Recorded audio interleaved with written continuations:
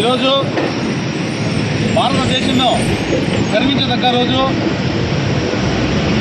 మన భారతమాత ముద్దుబిడ్డ దేవదేవుడు అయోధ్యలో రాములు వారి ప్రాణ ప్రతిష్ఠ చేయడం మన భారత దేశంలో ఉండే హిందువులకంతా ఒక గర్వకారణం.